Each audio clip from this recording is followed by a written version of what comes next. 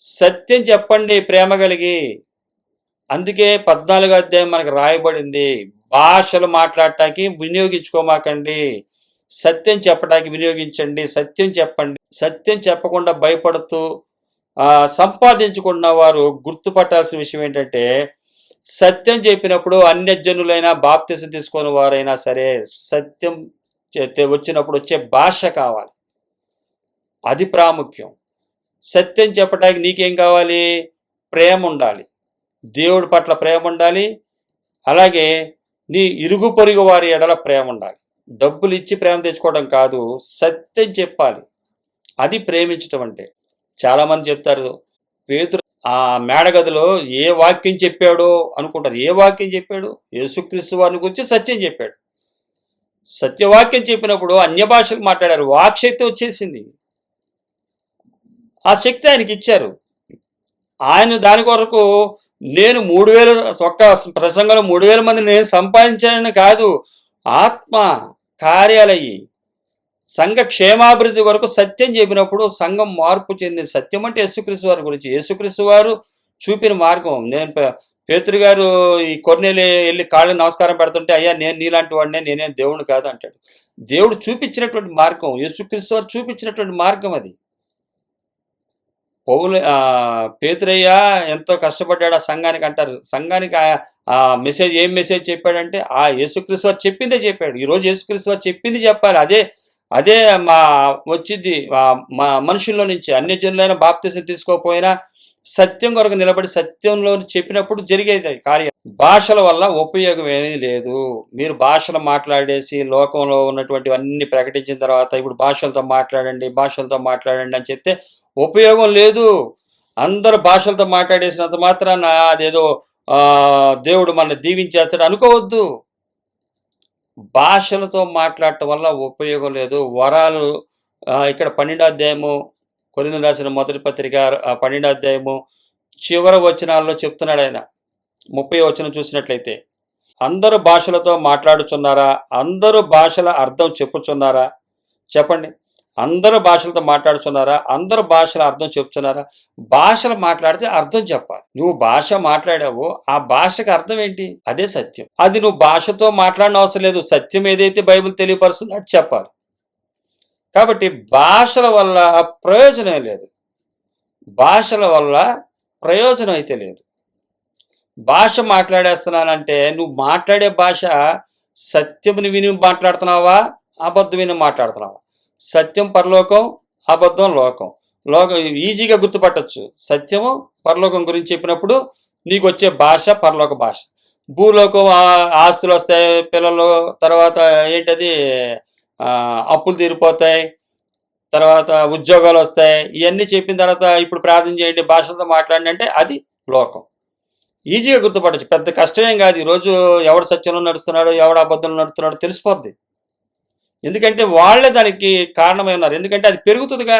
మొక్క విత్తనం పడింది, చెట్టు ఫలాలు వచ్చేదానికి తెలుస్తుంది కదా, ఆ ఫలాల్లోనే తెలుస్తుంది. ఫలాలను బట్టే కదా ఆ చెట్టు ఏ చెట్టో తెలిసేది. ఎత్తబడినప్పుడు తెలియదు. ఆ ఫలాలు బట్టి మీరు ఊరికే గుర్తుపట్టచ్చు. స్వరాన్ని బట్టి కూడా గుర్తుపట్టచ్చు. లోక స్వరమా, పరలోక స్వరమా, ఇది ఎక్కడ స్వరం, ఏ స్వరం మాట్లాడుతుంది, ఏ ఆత్మ, ఏ భాషలో, దేవుని భాషలా, దురాత్మ భాషలా ఈజీగా అర్థమైపోతుంది.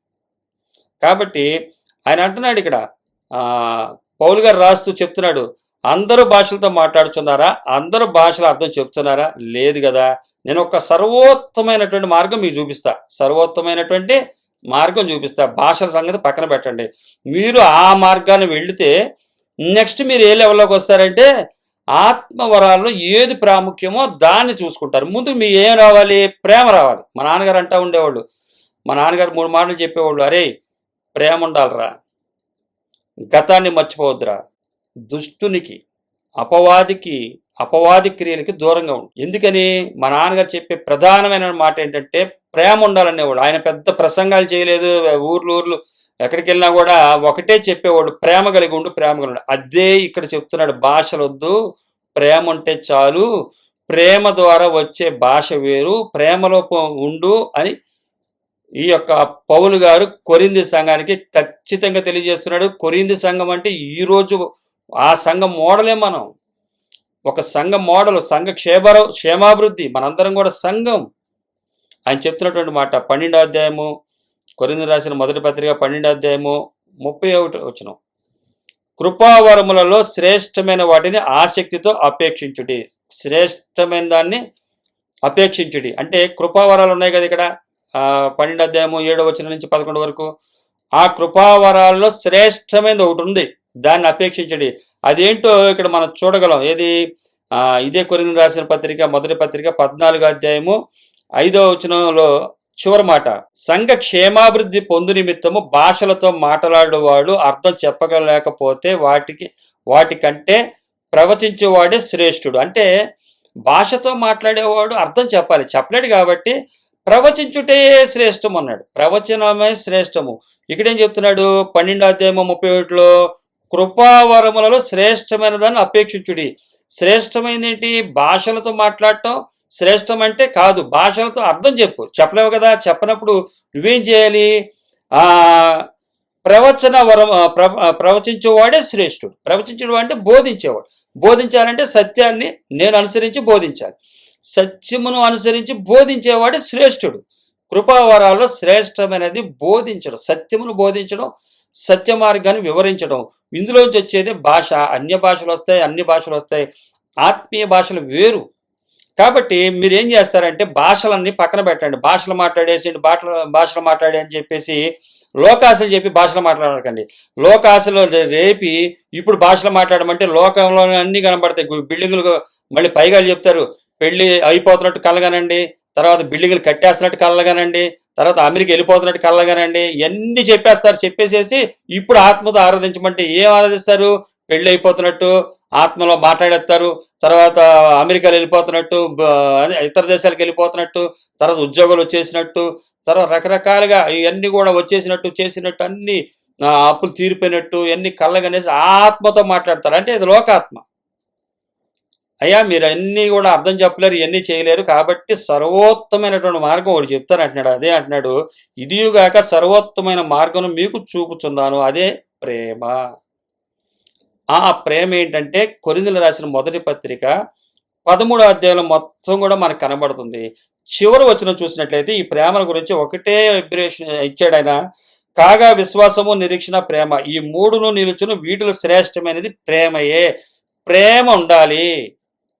ప్రేమ ఉంటే చాలు, సంఘం క్షేమంగా ఉంటుంది. ప్రేమ ఉంటే సంఘం క్షేమంగా ఉంటుంది. అది నా సంఘమైనా, నా కుటుంబం అయినా, నేను వెళ్తున్న మందిరం అయినా, నేను అనుసరిస్తున్నటువంటి సంఘమైనా, కొంతమందిగా కూడుకున్నటువంటి సంఘమైనా, ముందు ఏం కలిగి ఉండాలి? ప్రేమ కలిగి ఉండాలి. ప్రేమ కలిగి ఉండటం అంటే ఆస్తులు చెప్పి ఐస్ క్రీమ్ మాటలు చెప్పటం కాదు కదా. ప్రేమ అంటే సత్యం చెప్పటం. సత్యం చెప్పటం ప్రేమ. అది సర్వోత్తమైనటువంటి మార్గం. సత్యం చెప్పటం అంటే సత్యం నాలో పనిచేయాలి, అబద్ధం ఉండకూడదు. అబద్ధాలు చెప్పి చేసుకునేది కాదు సత్య మార్గం అంటే. అబద్ధాలని విడిచిపెట్టి చెప్పేది సత్యం.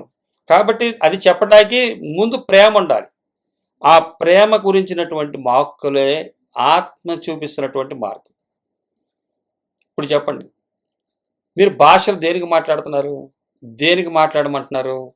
సత్యం చెప్పారా? సత్యం చెప్తే మీరు మాట్లాడమని చెప్పనవసరం లేదుగా. అక్కడ వాక్శక్తి అనుగ్రహించబడినప్పుడు మేడగదిలో పౌలు గారు ఇప్పుడు భాషలతో మాట్లాడమన్నాడా?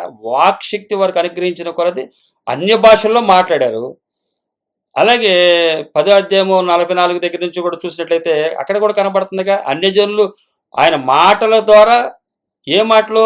దేవుని గురించినటువంటి సాక్ష్యం చెప్పాడు ఆయన. దానివల్ల వారు ఏం చేశారు? ఆ మాటల ద్వారా వచ్చిన భాష. ఏ మాటలు చెప్పి మీరు ఈరోజు భాషలో మాట్లాడమంటున్నారు? చూడండి, ఒకసారి రిపీట్ చేయండి. లోకాశలన్నీ చూపించి భాషలో మాట్లాడితే వచ్చేది లోకంలో ఉన్నటువంటి దురాత్మ, దురాలోచన, దుష్టుని సంపాదించుకోమని చెప్తున్నారు. గుర్తుపట్టండి, రిపీట్ చేసి చూడండి ఒకసారి.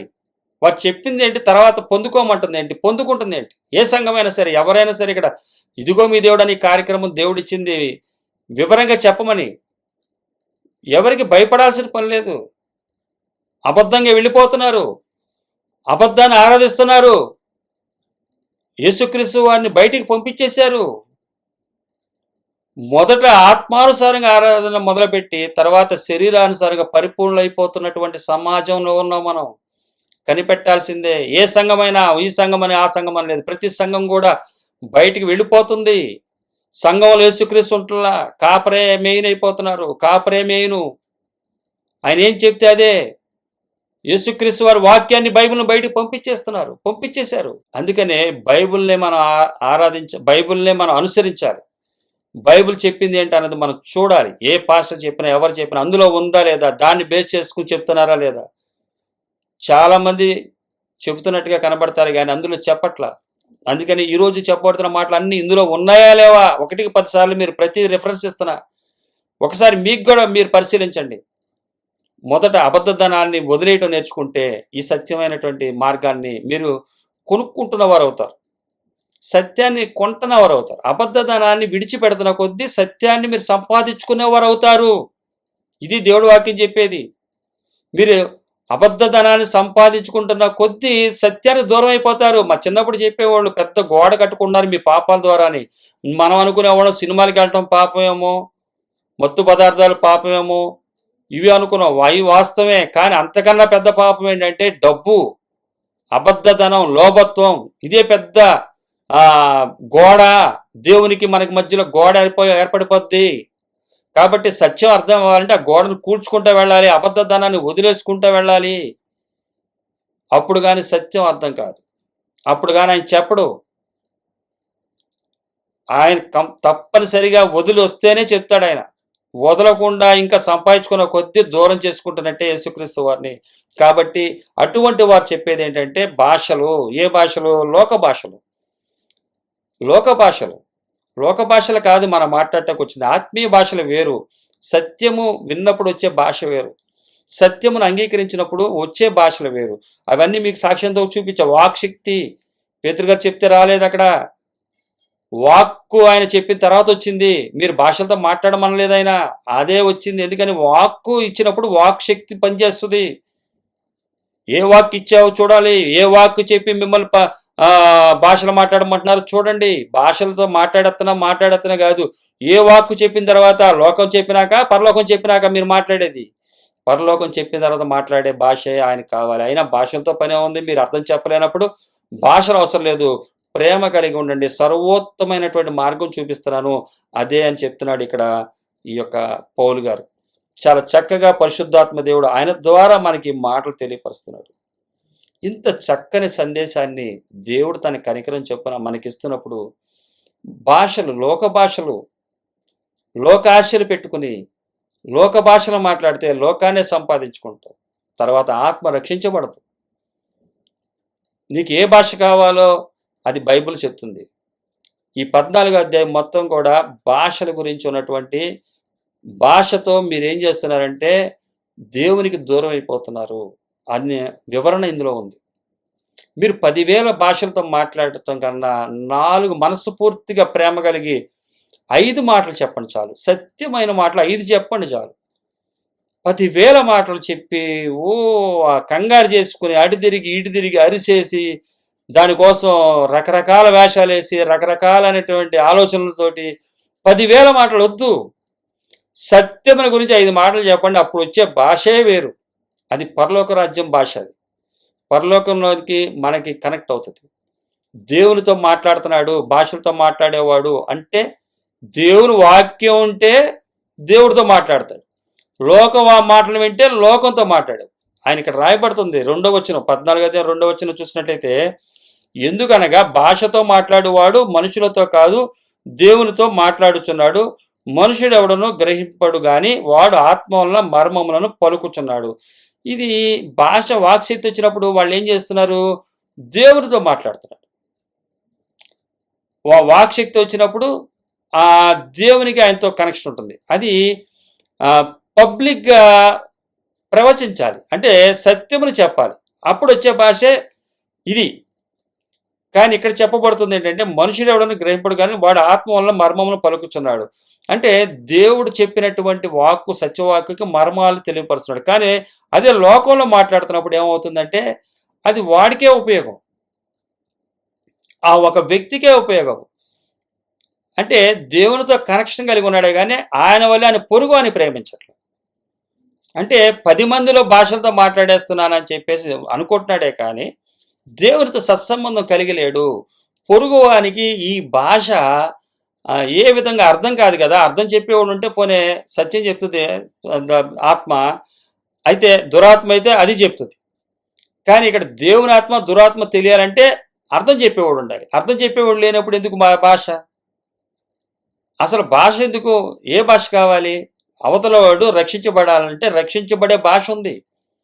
అది యేసుక్రీస్తు వారి యొక్క శిలువ మరణ పునరుద్ధానాలు. అది చెప్పినప్పుడే వాక్శక్తి వాళ్ళ మధ్యలోకి వచ్చింది. అన్య భాషలు మాట్లాడారు ఆ అపోస్తల కార్యాల్లో. అలాగే అపోస్తల కార్యాలు 10వ అధ్యాయంలో కూడా అన్యజనులకు కూడా యేసుక్రీస్తు వారి యొక్క మాటను సాక్ష్యం చెప్పినప్పుడు వారిలో కూడా ఆ మంట వచ్చింది. కాబట్టి భాషల ప్రాముఖ్యం కాదు, ప్రేమ కావాలి. ఇది సర్వోత్తమైనటువంటిది. ఏంటంట కొరింథీయులకు రాసిన మొదటి పత్రిక 12వ అధ్యాయం 31వ వచనం, సర్వోత్తమమైన మార్గం మీకు చూపుచున్నాను. అదే 13వ అధ్యాయంలో ఉన్నటువంటి ప్రేమ. కాబట్టి విశ్వాసం ఉంటుంది, నిరీక్షణ ఉంటాయి, నిలిచి ఉంటాయి. వీటన్నిటికన్నా శ్రేష్టమైనది ఏంటంటే ప్రేమ. అందుకనే కొరింథీయులకు రాసిన మొదటి పత్రిక 14వ అధ్యాయం 1వ వచనం చెప్తున్నాడు ఆయన, ప్రేమ కలిగి ఉండుటకు ప్రయాసపడండి. 13వ అధ్యాయంలో చెప్పబడినటువంటి ప్రేమను గురించినటువంటి వాక్కులతో ఆయన ఏం చెప్తున్నాడు ఇక్కడికి వచ్చేసరికి, దీనికోసం ప్రయాసపడుడి, వెంటాడుడి. అంటే యేసుక్రీస్తు వారు ప్రేమై ఉన్నాడు కదా, గాడ్ ఈజ్ లవ్ కదా, ఆయన ఏమై ఉన్నాడో ఆయన ఏం చెప్పాడో దాన్ని నేర్చుకోవడానికి ప్రయాసపడండి. ఆయన చెప్పింది ఏదో చెప్పిన తర్వాత భాషలు మాట్లాడండి. భాషలు మాట్లాడమంటలా, మాట్లాడతారు భాషలు మీరు. అది దేవుని భాష. అది దానికోసం ప్రయాసపడండి. లోక విషయాలు చెప్పి 10,000 మాటలు చెప్పి ఆనందపడిపోయి ఈ యొక్క సత్యం చెప్పకుండా ఉన్నప్పుడు దానివల్ల ఉపయోగం లేదు. ఏదో 80 సంవత్సరాలు 100 సంవత్సరాలు గ్రాండ్గా 100 కోట్లు సంపాదించుకుని బతుకుతారేమో, కానీ తర్వాత ఏంటి పరిస్థితి అన్నదే బైబిల్ చెప్పేది. మరణ భయాలను వేదనలను తొలగించాడు యేసుక్రీస్తు వారు. ఆయన శిలువ మరణ పునరుద్ధానాల ద్వారా ఆయన శరీరంలో జీవితాన్ని పొందిన విధంగా మనం గుర్తుపట్టాలి. అది ప్రేమ కలిగితే సత్యం చెప్తారు. ఇరుగు పొరుగు వారిని ప్రేమించినట్టు లెక్క. అది సత్యం చెప్పేవాడు ఇరుగు పొరుగు వారిని ప్రేమిస్తున్నవాడు, డబ్బు ఇచ్చేవాడు కాదు. డబ్బు ఇచ్చేవాడు అంటే ఉండి వాడికి అవసరమైతే ఇవ్వాలి. సత్యం తెలిసినవాడు ఇస్తాడు. ఆల్రెడీ సత్యం తెలిస్తే ఇక వాడి దగ్గర డబ్బే ఉండదు. ఎందుకని? సత్యాన్ని అతనిలో ఇంప్లిమెంట్ చేసుకున్నాడు కాబట్టి ఎదుటరికి డబ్బులు ఇవ్వని అవసరంలా. సత్యం చెప్పడానికి, ఇప్పుడు సత్యాన్ని అంగీకరించా కాబట్టి సత్యం చెప్పడానికి నీకు కుదురుతుంది. నీ దగ్గర అబద్ధదానం పెట్టుకుని సత్యం చెప్పలేరు కదా. అందుకని అబద్ధదానం ఉన్నవారు సత్యం చెప్పలేకపోతున్నారు. కాబట్టి ఇక్కడ చెప్పబడుతున్న వాక్యాన్ని మిస్యూజ్ అవ్వకూడదని చెప్పేసి ఉద్దేశంతో దేవుడు చెప్పినటువంటి ఆయన ఉద్దేశాన్ని ఇక్కడ మనకు తెలియపరుస్తున్నటువంటి వర్తమానాన్ని ఈరోజు మనం ఉన్నాం. ఇందులో ఎక్కడైనా సరే మీ సందేహాలు ఉంటే బైబిల్ తీసి చదివితే మీకు ఈజీగా ఈ రిఫరెన్స్ సహా మీకు అర్థమైపోతుంది. కాబట్టి ఆత్మవరాలు ఉన్నాయి, అవి సంఘ క్షేమాభివృద్ధికి. ఆత్మవరాలు ఉన్నాయి, వ్యక్తులను ఒక సరైన మార్గంలో పెట్టడానికి. వీటన్నిటికన్నా భాషలు మాట్లాడటం కన్నా, భాషల మీద శ్రద్ధ పెట్టడం కన్నా మొదటగా మీరు ఏం చేయాలంటే ప్రవచన వరం కలుగుతుంది. ప్రవచనం అంటే బోధించడం అంటే క్రీస్తుని గురించి. వినుట వలన విశ్వాసం కలుగును, వినుట క్రీస్తుని గురించి మాట వలన కలుగును. రోమిలకు రాసిన పత్రిక 10వ అధ్యాయం 17 చెప్పబడుతుంది కదా. అది ఆ భాష, అది ఆటోమేటిక్గా వస్తుంది, దేవునితో కనెక్ట్ అవుతుంది. సత్యముతో చేసే ప్రార్థన ఆయనకు ఆనందం. ఆ ప్రార్థన వైపు ఆయన తిరుగుతున్నాడు. కాబట్టి మీరు వింటుందేంటి, తర్వాత వస్తున్న భాష ఏంటి? మీరు వింటుందేంటి, వస్తున్న భాష ఏంటి? వారు చెప్తుందేంటి, తర్వాత మీ దగ్గర నుంచి నోటెంట నుంచి వస్తున్న భాష ఏంటి? అర్థమైందా? పరలోకం గురించి చెప్పినప్పుడు వచ్చే భాష వేరు, లోకం కొరకు చెప్పిన తర్వాత వచ్చే భాష వేరు. లోక భాష ఉంది, దేవుని భాష ఉంది. ఆత్మ సంబంధే అపవాది కూడా శరీరంలో లేడు, ఆత్మగానే ఉన్నాడు. అది దుష్టాత్మ. పరిశుద్ధాత్మ ఉంది, పరిశుద్ధుడైనటువంటి దేవుడు, పరిశుద్ధాత్మ కలిగి ఉన్నవాడు, పరిశుద్ధుడు. ఆయన భాష వేరు. కాబట్టి ఏ భాషలో మీరు మాట్లాడుతున్నారో, మీరు విన్న వాక్కు వచ్చిన శక్తి, పరలోక వాక్కు శక్తి వేరు, భూలోక వాక్కు శక్తి వేరు. మీరు వింటున్న స్వరం ఏంటి, మీరు మాట్లాడుతున్న భాషలు ఏంటి? కేవలం భాషలు మాట్లాడి మిమ్మల్ని మీరు మోసపోవకండి.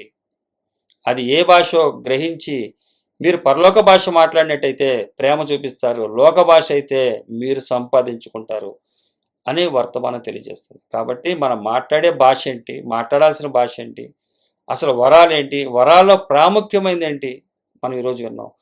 వరాల్లో ప్రాముఖ్యమైనది ప్రవచన వరం. ప్రవచన వరం అంటే బోధించాలి. బోధించడం అంటే నేను అనుసరించాలి, అనుసరించిందే బోధించాలి, అప్పుడు పనిచేస్తుంది. నేను అనుసరించిందే బోధిస్తే అది లోకమైన పరలోకమైన అదే నేను పొందుకుంటా. కాబట్టి మనకు కావాల్సింది పరలోకమే అన్న ఉద్దేశం మనకు కలిగి ఉన్నట్లయితే ఇది తెలుస్తుంది. దేవుడు తన మాటల ద్వారా మనతో మాట్లాడినందుకు సర్వగంత మహిమ ఆయనకే చెందును గాక. ఆమేన్.